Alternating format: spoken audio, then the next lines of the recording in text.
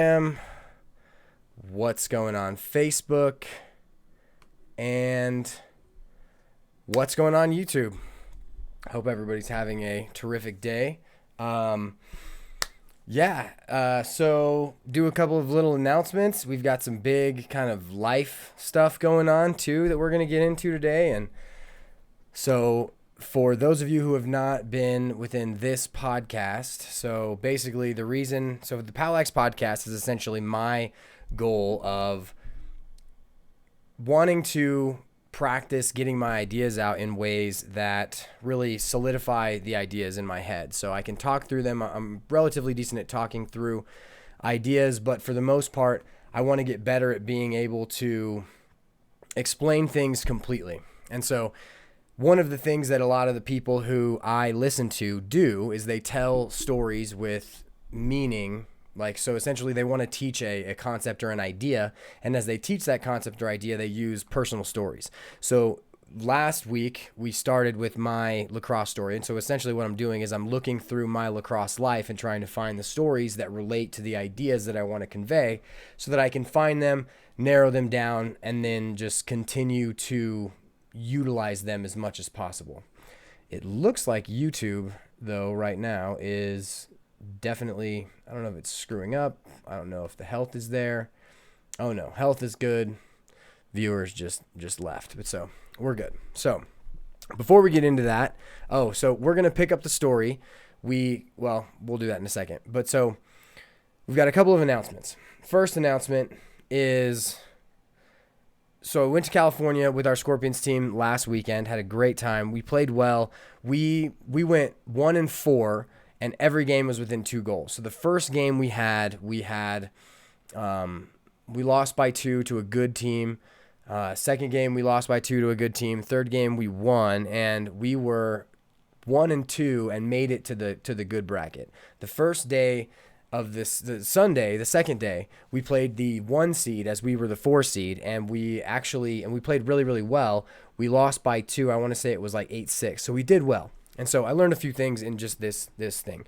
First off is, as much as you want to give young kids the ability to get themselves ready, it was also my fault that we weren't ready for that first game, because I want to give them the opportunity to know what they need before a game. And so in having them try to do it, I feel like it can help them to kind of learn around the situation. But in the same sense, if they're not ready when game time comes, it is my fault for not doing the right things, because the second day we were very ready. And I think one of the ways I'm going to make sure we maintain, especially with that team, is that we do scrapping instead of standing 4v3s, because scrapping, you got to get a ground ball, you got to play fast, you also do the clearing section, and so I think that would have helped us quite a bit. So that was definitely one of the takeaways that I learned, and I made sure I told the players that, a lot of this is on me. It's not all on you, but we're also doing something which I really like, which is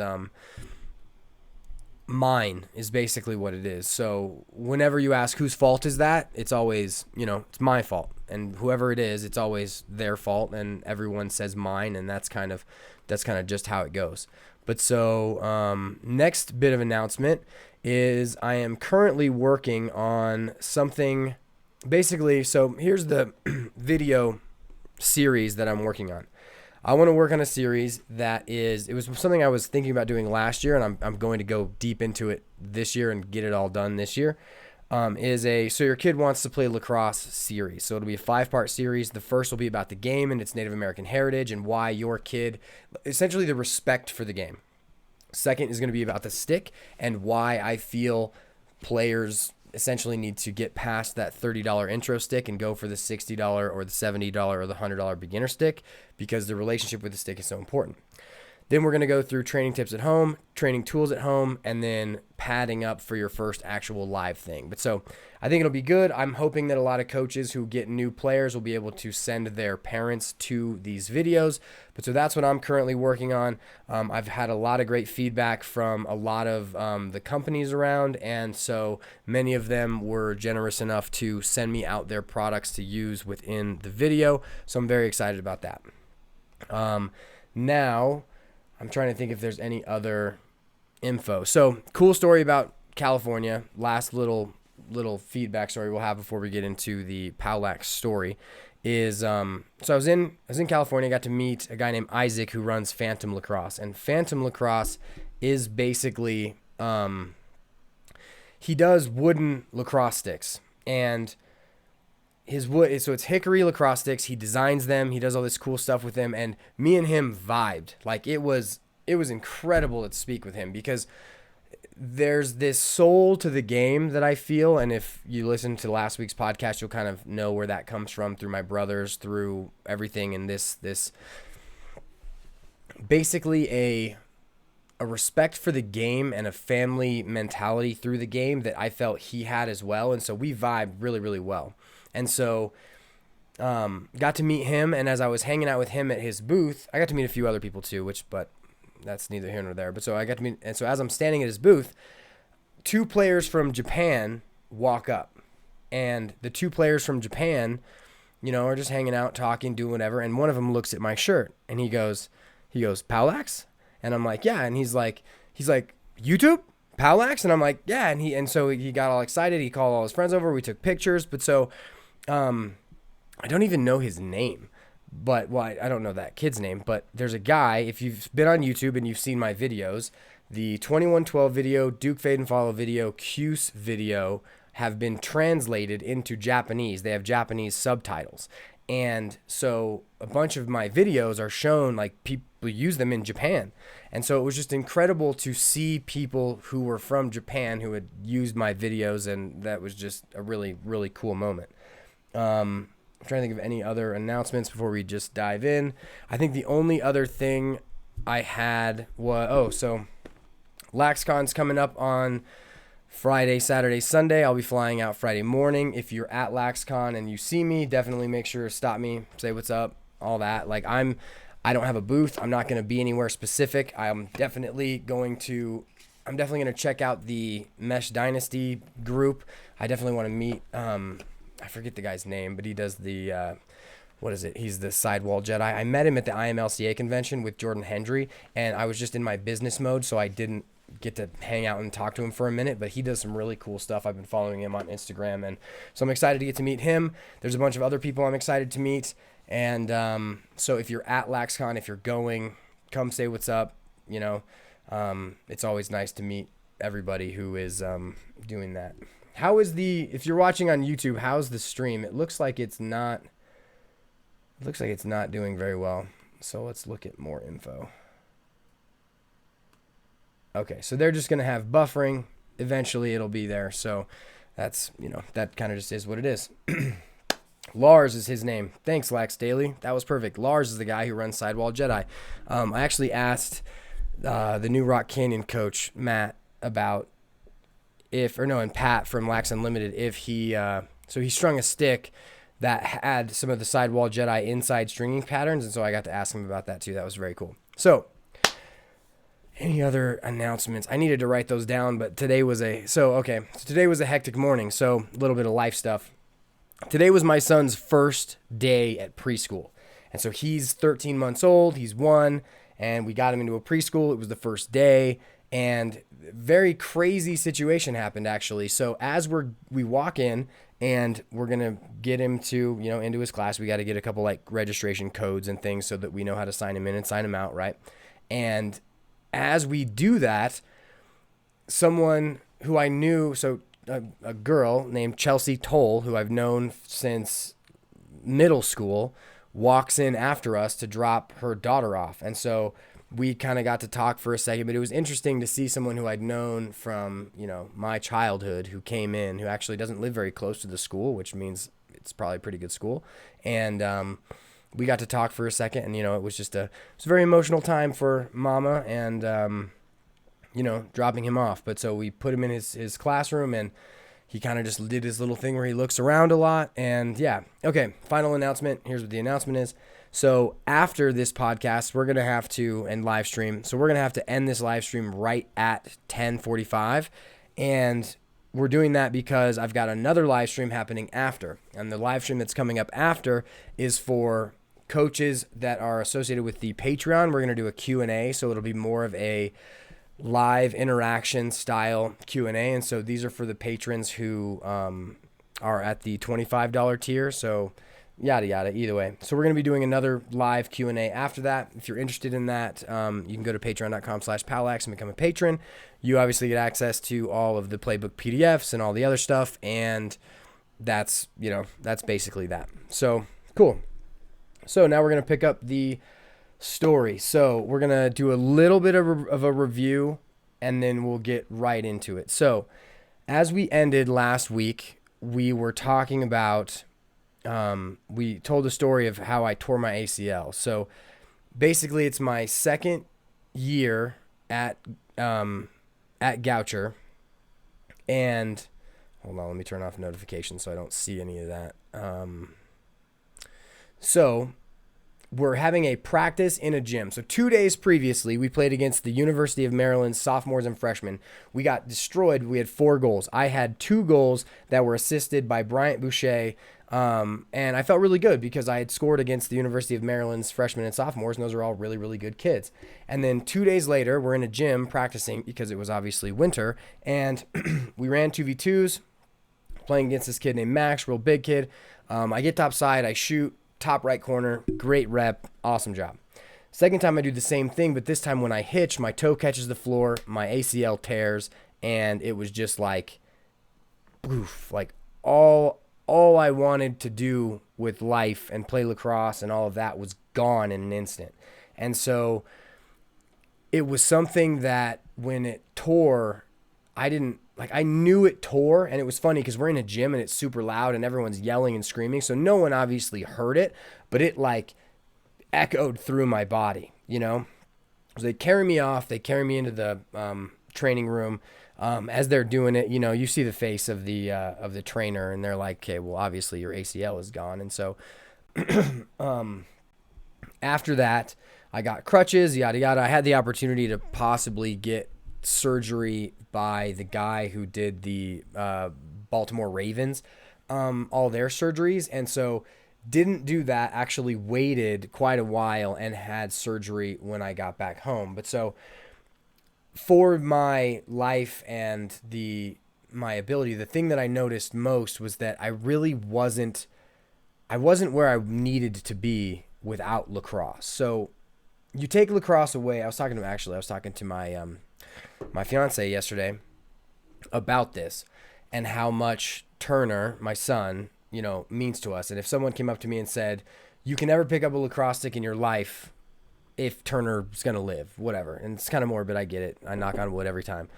But it's like, cool, I'm never touching a stick again. Looks like I play soccer again or football or whatever else. Like he means more to me than the game does. And in this stage of my life, I had never not had the sport since I was 6, right? And so when I was younger and I did all the tricks, playing lacrosse was something where it was an element of the world I could control. I could go to the wall, I could put in my reps. If I missed, I got to analyze it. I got to figure out why I missed, and then I would fix it. If I'm trying to work on a split roll and then I want to shoot near side high, I can do it. And then, as I shoot it once and I, say I leave it low or I leave it in the goalie's chest instead of, pulling it high, I know, okay, I didn't pull with my left hand. I need to make sure I pull through it so that I get the right thing and I could control that situation. And so without lacrosse, I was basically just sitting on a field. And I'm sitting on the field hanging out with people. And so here was another thing that was interesting after I tore my ACL. And this is something that I didn't have the mental capacity to understand at the time. But when I was then out on the field, I wanted to be the same person I had been before my ACL was torn, which was an on-the-field leader, someone who could tell people when they were screwing up and be like, no, you need to make sure that's happening. I was talking to Jim Mitchell. Jim Mitchell coached me my sophomore year, and he is now the assistant coach at Princeton. And he saw me at IMLCA, and it was funny because we got to kind of interact and talk about some things. And he's like, yeah, man, you were always the kid that wanted to know why we were doing everything. And so he kind of said it like that, where he's like, you always just wanted to know why. And that was, what it was. And I was very cognizant of the reasons we were doing things. And if someone wasn't doing them, I was going to tell them tell them that. Like, it's just, we want to get better as a team, and I was never afraid to really do that. And so as that happened, then I was not on the field playing and still trying to tell people what to do, and it didn't work with the coaching staff. So as the coaching staff called me, and they're like, you can't be yelling at all the kids, at all of your teammates when you're not playing, and like you've got to understand your role as a player. And as a player that could play, I was a leader, and as a player who could not play, I was just another voice yelling that wasn't contributing well to the team. And I get that now. I didn't get that then. And so I didn't really interact with the team much after that had happened. And that was, I think, a week or two after I had torn my ACL. But there's a level of, my brain couldn't really understand it. And so I kind of separated from the team. And so after that, I was on a field hanging out with all the other people at Goucher College. And one of the things that a lot of those people did, and this is going to be a whole... So within my story, there are some addiction, parts of the story. And so one of the things that happened when I was at Goucher was I picked up smoking cigarettes. And so it's funny because as I think about it, I was on a field hanging out, people were smoking cigarettes. I'd try one. And so one of the most insidious things about cigarettes is this point, and I learned this from Alan Carr. I've actually given away 3 of his books. He writes a book called The Easy Way to Quit Smoking. The first hit of a cigarette is the most it's a total, I'm going to say mind F, but you know what I mean. It's a mind F because you hit it and you go, oh man, this is awful. I could never like this. But the nicotine gets you and it addicts you. And so then you're okay to try it again because you're like, that was terrible. Why would I ever do that again? And then you eventually get addicted. The other thing that happened at Goucher was there was this room where basically it had like a 12-foot hookah hose, and they would do hookah all the time. They played Tekken. And so it was just this college dorm room where it was beds all around and everyone would hang out and they'd do hookah. So that started my nicotine addiction while I was hanging out at Goucher College. So this became a really big kind of, part of my life because I was always an athlete. I never thought I'd smoke cigarettes. And when I started, it was funny. My buddy Brian from high school, Brian Taylor, he started smoking cigarettes with Alan because they lived in the houses next to me. And he told me, he's like, if you really don't like cigarettes, you're going to smoke at some point and it will catch you, because basically your ability to try it and think that you're not going to get addicted will basically, it'll trick you. And so it definitely has. And you definitely see that with all the kids and their Juuls. And the evil thing about the Juul is that, one, the nicotine in the Juul is more addictive than nicotine burned out of a cigarette, but also it doesn't taste like crap. And so it's even more insidious. And so it's funny, on TikTok recently, there's a new trending hashtag, which is quitting is quitting, or like, this is what it means to quit. And there's all these kids and there's other videos where they show like all of the Juul pods that they have, and they're all kind of like going into the trash can or whatever. But it's like, they kind of make fun of the idea of nicotine addiction and all this stuff. And, it kind of has this weight of, kids are even realizing the whole addiction portion of it now. And they're like, they kind of laugh about it, but in the same sense, they're going to be in the same part I was now. And the whole idea of like vaping versus cigarettes being safer or not safer, I'm not even going to get into it. I don't smoke anymore, but it literally took me to last summer, 6 months after my son was born, to be able to quit. And for anyone looking to quit, here was my step down situation. I smoked for 6 years. I switched to vaping. That was easy. Then last year, my son was born, and it was kind of like, I could still keep vaping, but I know don't really like it in the house. Like, it's definitely not good for him to have it around him. And I kind of like cheated on it a little bit, where I'd hit it in the bathroom and then come out into whatever his room. I feel like an asshole now about it because like it was in my head, I was addicted to it. But so what worked for me was the step down to vaping and then the patches. And I had never tried patches before, but as I did the patches and then step down every 2 weeks, I just remember thinking in my head before it was over, you're going to have an opportunity to quit, and it's going to be the easiest it'll ever be. And, I quit, and it's, I feel the same I did as when I was vaping, but now I don't have some, little pacifier I have to have all the time. So that's a great thing. That's my story. I don't know if it'll work for you. If you do smoke and you want to stop, I recommend reading The Easy Way by Alan Carr, because he essentially tells you all the reasons. He basically explains away any reason why you'd have not to quit, but the first rule of the book is that you have to keep smoking while you read the book. So that's my nicotine addiction story, and I started smoking after I tore my ACL at Goucher College. So flashback to Goucher College. So I'm not going to explain through too much more of Goucher College, but so at Goucher, my two best friends at Goucher my sophomore year were kids named Alex and Nikki. And Alex and Nikki were from Vashon Island in basically just outside of Seattle. And I mention these two because I've got to give them kudos on some stuff. But so they had a room that was actually in like one of the school building rooms. But so it was funny because Vashon Island's a tiny place, and they would tell this story about how when they went to college, the collegiate people who were trying to place them into rooms put them together, and they had been friends all their lives. And so they asked Alex, like, do you know Nicky Wilkes? And he's like, yeah, I've known him since I was, 3 years old. And they're like, we're going to put you guys together. And they kind of didn't like that because they wanted to meet new people. And not only were they in the same room, they were in the same room that was in a different building where no one else lived. Like their room was next to a cafeteria, not other dorms. It was a very interesting, weird situation. But so the reason I mentioned Alex and Nikki is because they are currently running something called Journeyman in Seattle.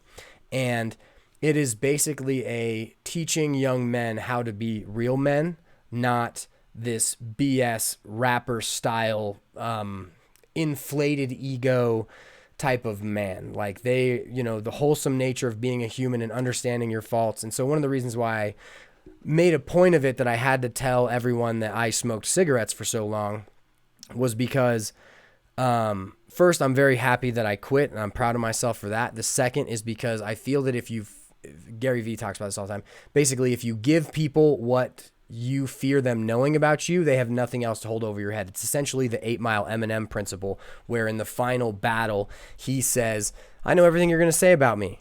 And he just, names them all off. And he's like, now what do you have? And the guy has nothing to say. But so I like that idea, because if you can embrace your faults and you can give them to people, for the most part, people won't hang them over your head. And, if someone comes to me and goes, really, bro, you smoked cigarettes? I'll be like, yeah, I did. That's part of my life. Like, what are you going to say? But so kudos to Alex and Nikki. I really respect what they're doing. If you've not looked up Journeyman, look it up. They're two great guys, and they do excellent work. So back to Goucher College and my story. So as Alex, Nikki, and I were hanging out, we all transferred away from Goucher that year. They were a year younger than I was. I'm not sure where Alex went. I think it was Oregon. I'm not sure, but I know Nikki went to Chapman in California, and I know he really liked Chapman a lot more. But so there were two other people there, and so I decided I was going to leave Goucher. And the way I told the team was about the worst possible way you could tell the team ever. But once again, I couldn't wrap my head around it. I didn't really have a good, with the team, with the coaches were now into the season, super stressed. Kyle Hannon's son, who was the head coach at the time, Cade, had a bunch of heart operations. And I look at that now and I go, God, what a selfish kid I was, kind of not, for a while I was I felt like I should have had a better community through the team. And I realized that I was very, selfish in my own right to think that I didn't need to reach out in that moment as much as they could have supported me. And so now I can kind of see around that, and that's kind of nice to, realize that they have their own lives going on and all of those things. And so no grudges held there. But so after one of the games, I think it was the first or second game, I had made up my mind to transfer back to go to Colorado, somewhere in Colorado. And so I told them after a game. And so that was not the best idea, because they're all celebratory, yada, yada. And then I kind of just came in with my stupid sophomore in college thing and told them that. But so then, trying to think if there's anything else from Goucher after tearing my ACL that I could say. Hookah, cigarettes. So I mentioned here that after tearing my ACL, I kind of descended into the underworld which was basically what happened. Like my head wasn't right. I wasn't doing the right things, and I couldn't really think clearly through. I didn't really know the sadness that I'd have. And so, basically that was kind of a couple of the things that, happened after I tore my ACL. So I transferred back home going to CU, and I got my knee operated on as I got home in May, and that was a good experience. I didn't actually play after I had my knee done for another entire year. So I didn't try to rush it to play in the spring at CU, which is where I ended up going. And I ended up playing one fall for CU, which was the following fall, for CU's club team in the fall. And now here's where some of my stories in the last thing about how when I knew I wanted to do psychology in high school, went to try to do computer science, switched to business, and then switched back to psych. This was further into CU. But so I play the fall, and let me think about what year this was. This must have been 2008 fall. And in the 2008 fall, the coaches told us, Coach Galvin told us, and he said, hey, like if you don't get this grade up, you're not going to be able to play. And so I had gotten some bad grades in my first couple years at Goucher. A couple of them didn't transfer over either. But so they're like, look, there's a rule for the MCLA, and I think you have to have at least a 2.0 grade point average, something like that. And I had a 2.2. Eventually I had a 2.23. Well, CU's club team rule was you had to have 2.25. And so I missed it by 0.02% to play my junior year in college. So I didn't play at CU in the spring. And so, that was definitely another blow. And it was like, God, how could I have been so dumb not to put in that extra work when they told me that's where, it's funny. You talk to people and you can't, whether you want to talk about it as far as you can lead a man to a door, or you can show a man a door, but you can't make him walk through it, or you can lead a horse to water, but you can't make him drink. Pick your thing. I was a stubborn college kid, and I didn't do it, and then I didn't end up playing. So instead, what I do is I went to Breakaway. And as I went to Breakaway in Boulder, where I think Coach Galvin either owned it or just worked for it or whatever, I asked them, like, hey, man, do you know anyone that needs to coach or like that needs coaches? And so then I got hooked up with Boulder Valley and Icon Lacrosse. And Icon Lacrosse was in Broomfield, Colorado, which is just east of Boulder. And it was Trevor Tierney and Josh Sims were running it. And so got hooked up with them. That was definitely a very good experience for me. I got to learn from some good people, and I believe it was a 6th grade team. And so I also got a job at Dick's Sporting Goods doing their tricks. And so, or not tricks, Jesus. I got a job at Dick's Sporting Goods stringing sticks. So this was the very first year Dick's was really pushing their lacrosse stuff. And one of the things that was cool about working at Dick's was the fact that I set national records for Dick's for stringing sticks, strictly because, for one, I was coaching local teams and I got to tell them to come into Dick's. But the other thing was that I was someone who actually pushed it. Whereas because I was a lacrosse specialist at Dick's, anytime I talked to anyone, it was the first thing that I would recommend. Like, here's this stick. You got to buy this stick, but you have to have it restrung because it's terrible. And that's part of the new thing the new series I'm going to be doing. But so I basically set a couple records for Dick's as far as the first year of stringing sticks there.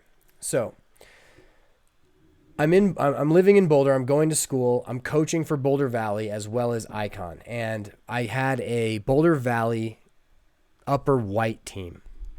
And it was a great situation for Boulder Valley. And so a bunch of these kids ended up going to Monarch. I think I actually got to see a few of them as they actually played in high school once I got to Grandview and once I was at Vista.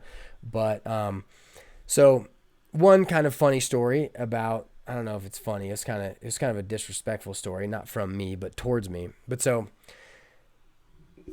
In Boulder, during this time, this was the real birth of POWLAX. Because as I was coaching for Boulder Valley and Icon, I wanted to do training on the side. And one of the little blocks I had in my head was that I couldn't do training until I had a logo. And I had to have a logo. And now everyone sees the POWLAX logo now of me doing the underspin and putting the Colorado flag in it and all that. That wasn't the logo. The original logo, and it's funny because people don't know what POWLAX is, but so I'll get into that. But so I'm watching Planet Earth. And so I need this logo to do it. And I'm watching Planet Earth. And I'm watching, I don't remember which one, but it was the first Planet Earth series. And they're like showing these wolves. And they show that this is the first time ever that they have seen wolves sending a flank dog one way, driving animals into essentially a trap where they would then attack them on the backside. And I'm like, oh, like that's offense, bro. Like that's how you do offense. You dodge, you draw a slide, you draw the attention to one side, and then you attack them on the backside. Now, clearly, you're trying to drive them somewhere in this wolf example, whereas in the other example, you're trying to draw attention, then you attack them on the backside. But either way, I saw it and I was like, oh, dude, that's amazing. And so POWLAX stands for Pack O Wolves Lacrosse. And it was going to be POWLAX at beginning because it was like paw. I thought that'd be cool. PAW, Pack O Wolves instead of Pack O Wolves. And so then I made the decision to do Pack O Wolves, not Pack of Wolves. And now I'm like, why wasn't it just Pack of Wolves? That would have been easy. But so if you ever get any actual contact through me, through like my business, you'll notice that it says Pack-O-Wolves Lacrosse LLC instead of just Pack of Wolves. But so that's how POWLAX was born. That was the very first thing. And so the reason I did it is because I felt I needed a logo, something to put on the organization's stuff so that I could send things out. So I'm coaching Boulder Valley. I'm coaching Icon. I decide that I want to do some training. And once I had my logo, I felt like I could go to the nearest indoor soccer facility, and try and rent it out. So I rent out a futsal facility. And I actually ended up, I'm sure a lot of you guys know Sean Fox. Sean Fox's son was on, I don't know if he was on my Boulder Valley team or my Icon team, but he ended up coming to some training. Trevor did. And then Connor, I'm not sure where Connor is now. I know he's in college playing somewhere. And Trevor is, I think, still in high school, but yeah, because Trevor was a 2022, I think. Maybe. I'm not sure. Either way. So I start this thing, and we do a couple training things, and I drew some of the players who were supposed to go to a Boulder Valley training thing to POWLAX. And that kind of pissed the director off. So flashback a little bit before this, I had this upper white team, and we had a couple of athletic kids who weren't very good with their sticks. And, you know, we did a lot of very good, very rudimentary development. Like I was in nowhere near the coach I am now as far as the techniques and all the things that I learned while I was at Mountain Vista and 3D with coaching with Jamie. But I had a lot of my own ideas, and, you know, I had done a lot of my own training where I had to know what was going on and all the techniques. So I think I did pretty well coaching them in their upper white team, and we ended up winning our CYLA championship. And so that was very, very cool. And it's the first championship picture I have. I'm not sure exactly where it is, but you know, it was a great experience. And as they posted, because I had started POWLAX and brought some training people, as I had posted we had taken pictures after the championship game, and everyone has our ones. And where does the coach usually stand? On the edge. So as they posted this picture of our championship photo, I was actually cropped out of the photo on Boulder Valley's website. And so it was interesting because that was my very first concept of the, you know, idea of taking kids versus the idea of, what would you say?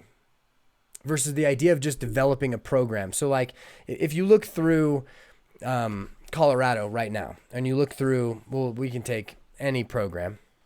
Hopefully your program is a program where when you have that first meeting, like so for me when I eventually got to Grandview, it was Go play in the summer, in the fall, in the winter with whoever you want. If you want to come play POWLAX with me, come play POWLAX. I'm not going to recruit you, but like if you want to come play and have fun, come, let's play and have fun. Now, if you want to go D1 and you think you have the skills and you really want to do it, go play Denver Elite. Go play now Team 91 Colorado, which is essentially DOCO, which then turned into Outlaws, which is now that. But it was the first experience I had ever had where someone got upset at me for developing kids because they had chosen my program over their program. And it was just something that like really kind of blew me back a bit, because I was like, it violated everything I thought about the game, because I grew up with the game in my backyard, enjoying the game. And there was never any, you got to come play for us, and all the recruiting and all of that shit. And so while we're on this topic, I feel like it's a good time to mention this is one of the things that drives me nuts in the lacrosse community is those recruiting posts where they're like, so let's say you have a kid and he's playing and he really enjoys his time at whatever division. And then at some point, someone beats him out for a spot on the top team.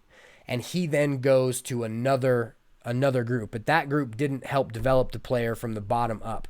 And then because this player, his junior year, joined the team and then got recruited through that team, they take all the credit for getting that kid recruited. I don't like that. And if your post is to acknowledge the fact that you got the kid recruited, but he's a brand new player for your team, it is extremely disingenuous to not give that kid all of the credit for the work he's done. Now, there's a huge thing here, which is when you go to good programs that really develop players well, that is going to help you a ton, and you are going to help and be developed well within those programs. I just don't like the idea of, I don't know, it's weird.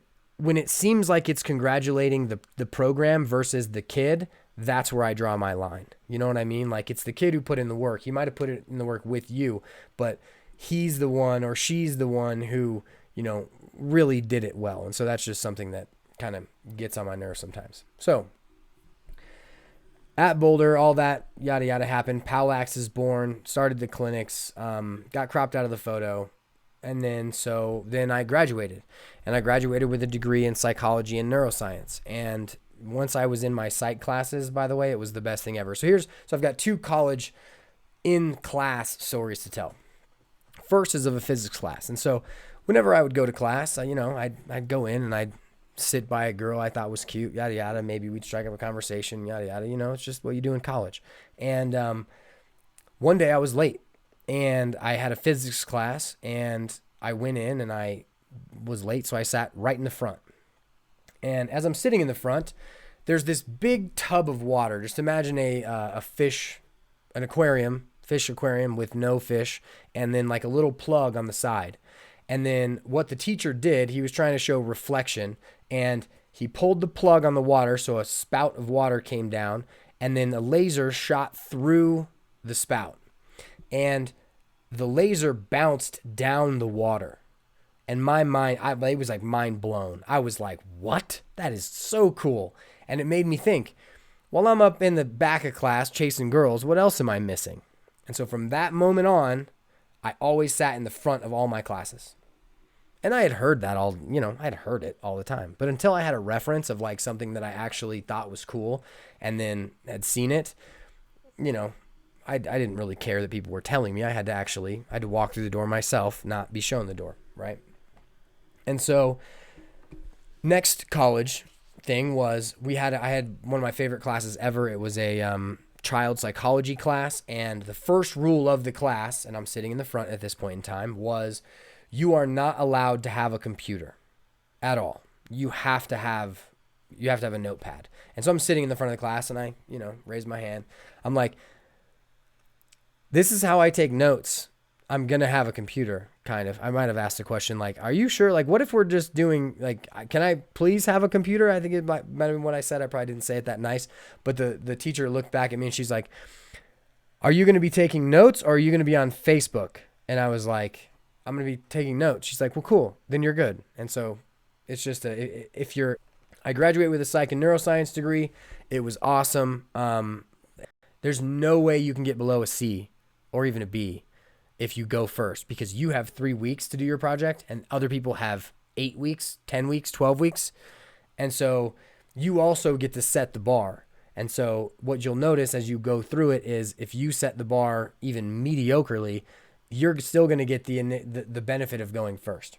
That was another easy dumb story. So no more college stories. That's the whole college. And so I think we're going to end up trying to get through to, we'll go through my first job to when I decided to do lacrosse full time, and then I think that'll be it for the day, and then we'll be able to pick up with me doing lacrosse full time. So I get out of school.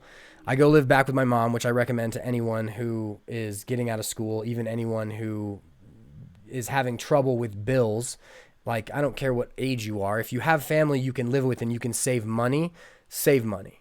Like, I think it's interesting how I feel like how I would in my mind want to raise my son, even though I'm 13 months in, and what will probably happen. And my hope is that he has a better understanding of money than I did, just simply because I don't feel like I had to work. I always had to have a job, but I don't think I ever really had respect for money until after I got and left my mom's house and all that. But so my brother Nick always thought I was soft.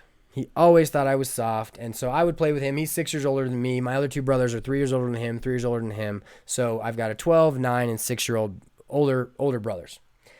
And Nick and my dad worked at a place called Ridgeview Academy, and Ridgeview Academy is essentially a jail for people who were underage. So these kids had stolen cars. They had, their gang members, they'd be throwing up north side signs, south side signs, Crip blood signs, all this stuff. But so I worked with them, and I worked with them first in orientation. And orientation was awesome because orientation was where everything was very strict because they had just gotten their sentence. They had just come into the school. And our work days were awesome. They were awesome. They were long is what they were. I don't know why I said awesome. But so basically I worked from Wednesday at noon to 10 p.m. and then 6 a.m. to 10 p.m., 6 a.m. to 10 p.m., 6 a.m. to 10 p.m. And then I was off for the next 3.5 days. And so it was tough and my brother always thought I was soft. And so, in this job, you had to be able to restrain kids. And that's something I never liked to do. That's one of the reasons I ended up leaving at the end of this story. But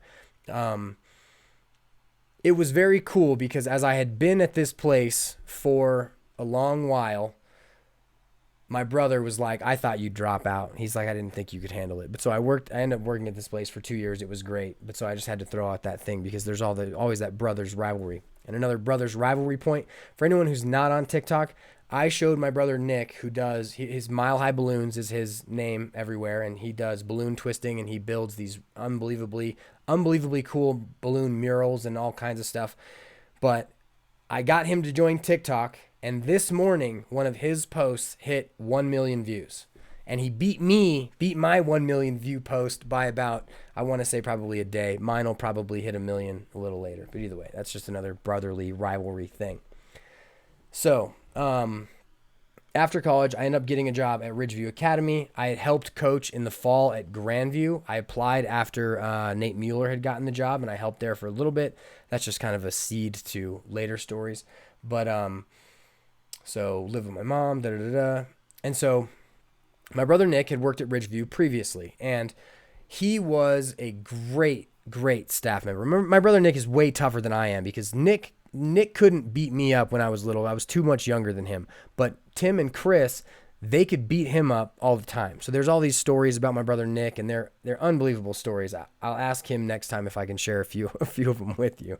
But so my brother Nick was the toughest of the four of us by far. 4 or 5 of us, all my huge family.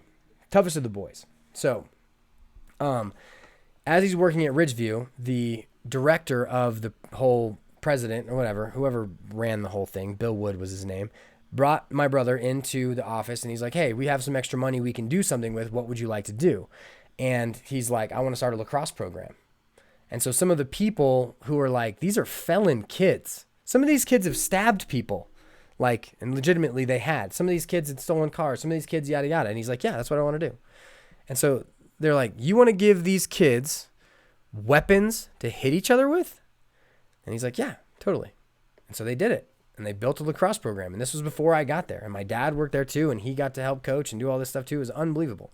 And so when I finally got there, my brother was then actually teaching. I think he had gotten a job in an actual school. And so his journey was to become a PE teacher. And he does that really well. He actually does he does a lot of the curriculum for, I want to say, APS, and he helps people learn how to really track PE progression, which seems like it'd be easy, but it's actually a lot tougher than you'd think. But so he created the lacrosse program, and as I got there, I then took over the lacrosse program. And so this was one of the most fun things I had, because we're in this place where everything is regimented. When the kids walk, they got to walk 2 by 2. They got to walk by an arm's length. We've got another group who are the people in orientation who are marching. And one of the coolest parts about Ridgeview was the cadences. So as each group would be walking, you'd have like, Bulldogs was what I had. Then there's like Wildcats. Then there's like all of the houses were kind of called the 14ers. Like there's Mount Evans. And then, but so as they'd walk, you'd chant to each other. And so you'd have things where, one person would be like 1, 2, 3, 4. And then everyone else would go, who are the Bulldogs? And then they'd cadence and they'd do it, and you'd challenge each other. And so you'd kind of like in this cadence format, talk shit to the other group who was still walking in the quad as well. And it was just this unbelievable experience where you're kind of like, I want to say it's like, I was never in the military, but I want to say it kind of resembled some of that. But so you also had to do things like you had to do certain movements. So you had like stand tall on 1. And that means they got to stand up straight, and and whenever you said 1, they'd have to hit their side. And, 2 tight, ready, shift, and they clap is something else I picked up from there that I brought to Grandview, where for every stretch, 2 tight, ready, shift, and they'd clap, and then they would do whatever stretch there was. But so the team actions were something I learned at Ridgeview. So, couple other stories for Ridgeview. So, like I said, Ridgeview is a youth corrections facility. The kids are there. They can't leave. But so we'd have offsites where we would go play specific teams. And I'm going to tell, I've got like 3 or 4 stories from here. But so first off is we would have to go play Regis. And if you've ever heard of, I'm sure there's Regises all over, I guess. But so we would have to, we'd go play Regis, and we've got kids who've never played the game before, who've only played for 2 weeks, and Regis would be up, 10-0 in the first, 5 minutes of the game, because they win it out the front, fast break, da-da-da-da. Like if they wanted to win 52-0, like that game that happened last year, they easily could have done it. But so what ended up happening was they would throw the ball inside, they would catch it, they would fake, and then they would throw it out. And what was funny is I always hated that, because I would rather have a chance to let my guy win the face-off than have you just control the ball. Like, sure, if you swing the ball around the outside, I can work on, hey, spider in on the backside and yada, yada. But kids don't like doing that. Like, defense sucks. I'm sorry. Defense is awful. That's why I play offense. Offense is better. Defense is way harder, too, by the way. Anyone who says that offense is harder, I don't really know what you're talking about. Like, you have to think of so much more on defense than you do on offense, especially with new age offenses that have a lot of picking and decision making. It's actually one of the topics we're going to get into in the live stream that's coming at 11 on the Patreon. But so we'd have to play these really good teams, and those were always really fun days, because the kids really enjoyed seeing players who they knew had put in so much work for it. Like, they knew the way that these kids handled the sticks was, something that they had never seen. This was also back when there was just hard mesh and whatnot. But either way, so another 2 stories, kind of the same initial story. So every week at Ridgeview, the kids would have to get, I want to say like 80% green days. And a green day is they didn't do something that was dumb or that was wrong, and so they would essentially earn points to move up the statuses so that they could eventually leave the program, right? And if they got a yellow week, they couldn't go anywhere. If they got a red week, they definitely couldn't go anywhere. And then if they got a green week, they were able to travel. But so this one day we're going and we're going to go play range view. And as we go in and we play range view, we play the game. It's pretty close. We had this kid named Devin who had his arm was deformed from birth, and he was actually good. He had actually seen the game before he got to Ridgeview, but he had a couple nice goals. It was actually a pretty good game. And then after the game, we go to shake hands, and I'm talking with the coaches, yada yada, and I turn around and there's two kids running. And so they're escaping. They're essentially escaping jail. And we're not allowed to chase them if we're off site. Like, you can't chase them and go do anything because it would cause a stir and yada yada. I guess we're supposed to talk them out. They eventually got caught the next day, but it was a very interesting situation watching two of your players who you're responsible for, who are essentially youth felons who are running away. But either way. So same kind of other situation was we were at LPS, so Littleton Public Stadium, and I'm not sure who we played, but our manager, one of the other guys that was there, he ends up running in the middle of our game. And so, first protocol is, you obviously got to call it in. And so we're in these 12 passenger vans, right? So we've got a whole team of players. I want to say it was 14, 15 players spread amongst two vans. Maybe it was one van. It could have been one van. And we call the police, and I want to say 10 cop cars roll up. And so all the players in the back are like, what? How are you going to get 10 cop cars to this location this quickly, just for him? And him being the manager, he wasn't the biggest, most meanest kid. He actually never came back to the facility after he ran. He got put somewhere else after that. I think people said it was less big time than Ridgeview, I guess. I don't know. But it was just a funny situation of sitting in the vans with them doing that. But so the thing about Ridgeview that I really loved on a lacrosse level as well as another level was we would do these things where we would sit and we would talk in groups and do behavioral cognitive therapy, which is essentially teaching how to interact with other people in ways that would give them a good representation and allow other people to perceive them in a way that was not negative. So, we all have these stereotypes in our heads from Hollywood and from kind of what we've seen, and anything we don't know, as a animal, we have to have caution in what we go do, because if not, if you just think you can go through life not being cautious in any way, odds are you're going to be in a little bit more trouble and you might end up dying, right? So, one of the things that we would do is we would talk a lot about kind of what they were going on with, and so what they would want to do once they got out. And there's one kid who I remember more than anything was I remember him saying, the first thing I'm doing when I get out is I'm going to use, and he was talking about meth, and this is a 14-year-old kid, and it was just so shocking to me how I had no concept of that from where I grew up, and yet I'm interacting with this kid who's way younger than me, who was always just in that. So it really opened my eyes to the variety of people in the world and kind of how, our situations are very much so different. And, it definitely gave me a respect for that. But I really, really loved the meetings that we would have where we would talk through certain things with kids, because you'd kind of get working and, the kids would ascend through the program. And then the thing that really kind of started to wane on me was once you'd kind of make some breakthroughs with some kids, they would be gone.